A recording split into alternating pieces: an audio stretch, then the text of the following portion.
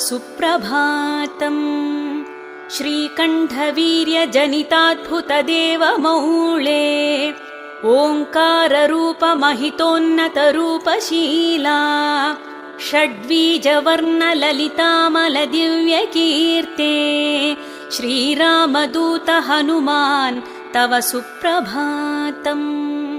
क्रोडाश्ववानर मृगेन्द्र खगेन्द्र कण्ठा पञ्चाश्वभासखनशाश्वत देवदेव पिङ्गाक्षवीणकृपामृतवारिराशे श्रीरामदूत हनुमान् तव सुप्रभातम्।